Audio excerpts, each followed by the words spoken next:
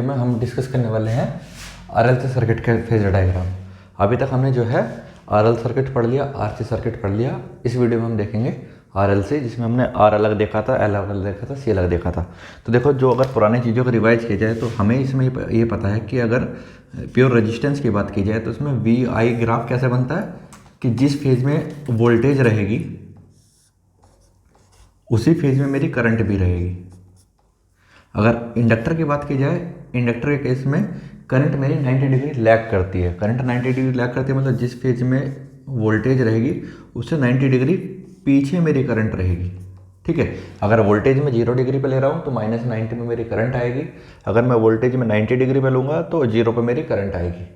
ठीक है, और अगर सी की बात की जाए, कैपेसिटर के केस में वोल्टेज मेरी 90 डिग्री करंट मेरी 90 डिग्री लीड करती है। लीड करती है मतलब अगर वोल्टेज मेरी 0 डिग्री पे है तो करंट मेरी 90 डिग्री पे होगी।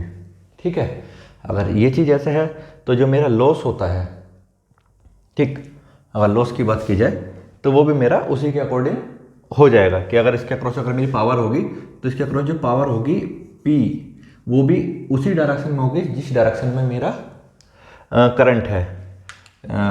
जो इंडक्टिव पावर मेरी एब्जॉर्ब हो रही है सर्किट के अंदर Q, उसकी डायरेक्शन वही डायरेक्शन होगी जिस डायरेक्शन में मेरी करंट है। और कैपेसिटर के अक्रॉस जो कैपेसिटिव पावर एब्जॉर्ब हो रही है, इसको QL बोल देते थे, इसको QC बोल देते हैं।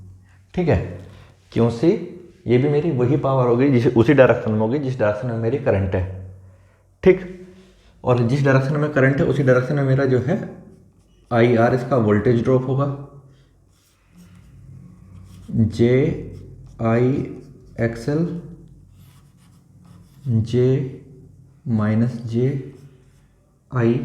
JIXC, उसी डायरेक्शन में उसके अक्रॉस वोल्टेज ड्रॉप होगा।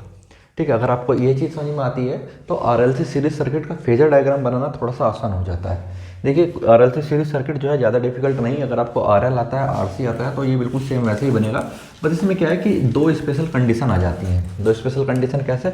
देखो, हमारे पास जो टोटल वोल्टेज है, टोटल वोल्टेज मैंने सर्किट में दी और उसके अक्रॉस जो करंट मेरी जा रही है वो करंट आई है पूरे सर्किट में। अब करंट तो सीरीज में है तो सेम ही रहेगी, इंडक्टर के अक्रॉस, रेजिस्टेंस के अक्रॉस और कैपेसिटर के अक्रॉस सेम ही करंट रहेगी। लेकिन जो वोल्टेज ड्रॉप हुआ रेजिस्टेंस के अक्रॉस वो मेरा VR है, जो इंडक्टर के अक्रॉस मेरा वोल्टेज ड्रॉप हुआ वो मेरा VL है, और कैपेसिटर के अक्रॉस जो वोल्टेज ड्रॉप हुआ वो मेरा VC है। ठीक है, अगर मैं इसको सम के फॉर्म में लिखूँ तो मेरा V टोटल आ जाएगा कितना, VR, VC और VL। पहले VL लिख देते हैं, VL और VC। ठीक है, इसको करंट के टर्म्स में तोड़ा जाए तो I × R JIXL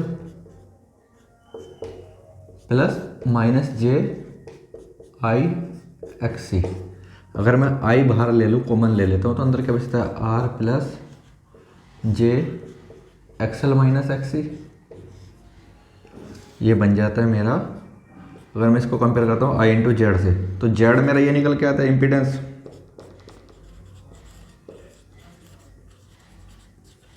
इम्पीडेंस कितना आ गया मेरा,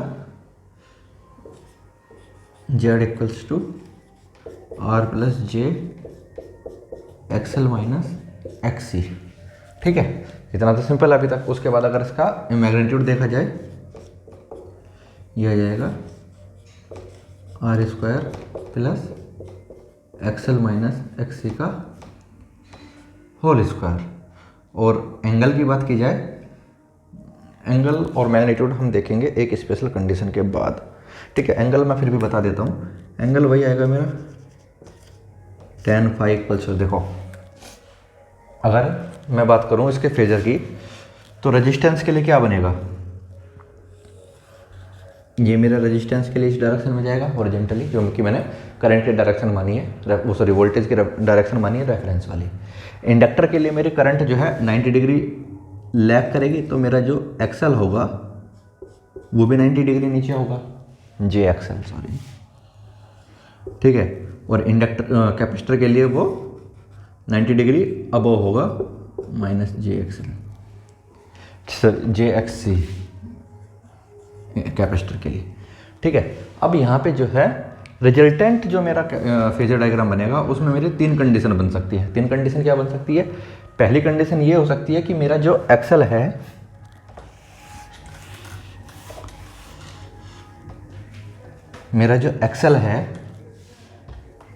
केस फर्स्ट मेरा क्या बन सकता है कि मेरा जो एक्सल है वो ज़्यादा है एक्सी से। अगर एक्सल एक्सी से ज़्यादा है तो मेरा इम्पीडेंस का जो फॉर्मूला होगा वो यही रहेगा, R plus j XL minus XC. ठीक है, इसका मैग्नीट्यूड सेम वही आएगा, आर स्क्वायर प्लस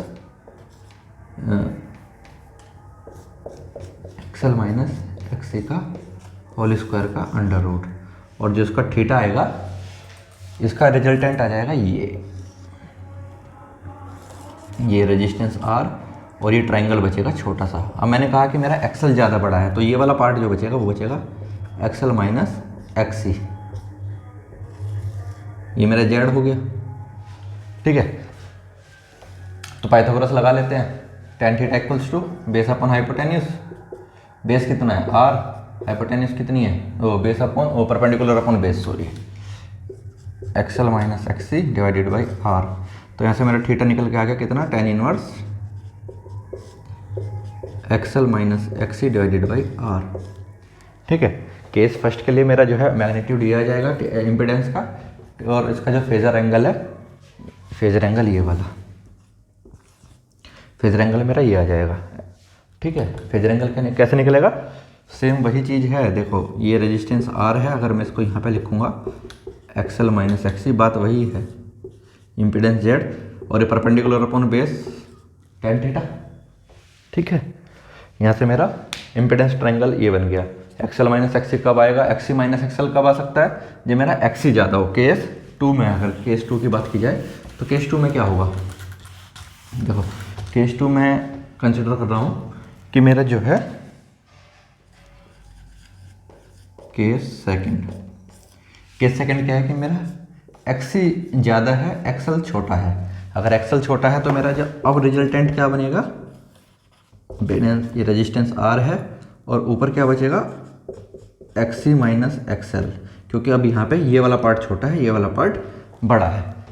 ठीक है, तो फिर से वही ये इम्पीडेंस जेड बन गया है, ये बन गया थीटा।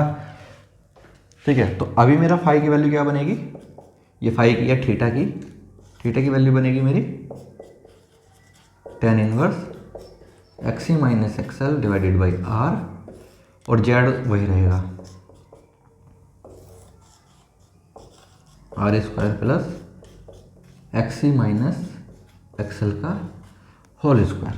ठीक है, इसमें बहुत ज़्यादा कन्फ्यूजन नहीं होना है। अगर आप सिर्फ RLC सीरीज सर्किट का भी याद रखेंगे तो उसमें आप RL और RC जो है सीरीज सर्किट आराम से सोल्व कर सकते हैं। उसके लिए आपको क्या करना है, अगर RLC सीरीज सर्किट आपको ध्यान है और RL सर्किट आपके सामने आ गया, वहाँ पे XC की वैल्यू 0 रख दो। ठीक है, और अगर RC सर्किट सामने आ गया तो XL की वैल्यू 0 रख दो, बाकी सब कुछ सेम रखो। ठीक है, तो उसके लिए बहुत ज़्यादा फॉर्मूला आपको याद करने नहीं पड़ेंगे, आपका जो है टाइम भी बचेगा। ठीक, अब इसमें एक तीसरा केस बनता है, स्पेशल कंडीशन, वो है हमारा एक्सएल इक्वल्स टू एक्सी। कि केस 3 क्या हो सकता है कि जब मेरा एक्सएल जो है एक्सी के बराबर आ जाए, केस 3 है। केस 3 को हम पढ़ेंगे अगली वीडियो में, क्योंकि ये रेजोनेंस की कंडीशन बनती है, और रेजोनेंस जो है इतना छोटा टॉपिक नहीं है, उसके लिए एक सेपरेट वीडियो हमें बनानी पड़ेगी।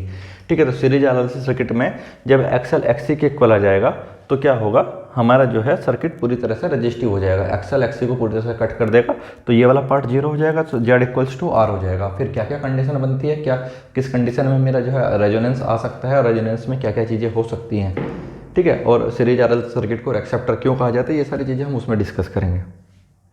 ठीक, अभी तक तो ये हो गया। इसके बाद फिर हम देखेंगे सीरीज RLC सर्किट के बाद इसमें पावर्स के लिए एक अलग वीडियो बना कर रखेंगे। हालांकि पावर्स हम थोड़ा डिस्कस कर ही चुके हैं, लेकिन होता क्या है कि फिर भी बच्चे जो है कन्फ्यूज रहते हैं कि हमारी कौन सी पावर हमारी वाट में काउंट होगी, कौन सी पावर हमारी VAR में होगी, कौन सी हमारी VA में होगी। ठीक है, इसके अलावा पावर फैक्टर के बारे में जो हम पावर वाली वीडियो में ही डिस्कस करेंगे, पावर फैक्टर क्या है और क्यों उसको इम्प्रूव करने की ज़रूरत है। ठीक है, उसके लिए मिलते हैं अगली वीडियो में।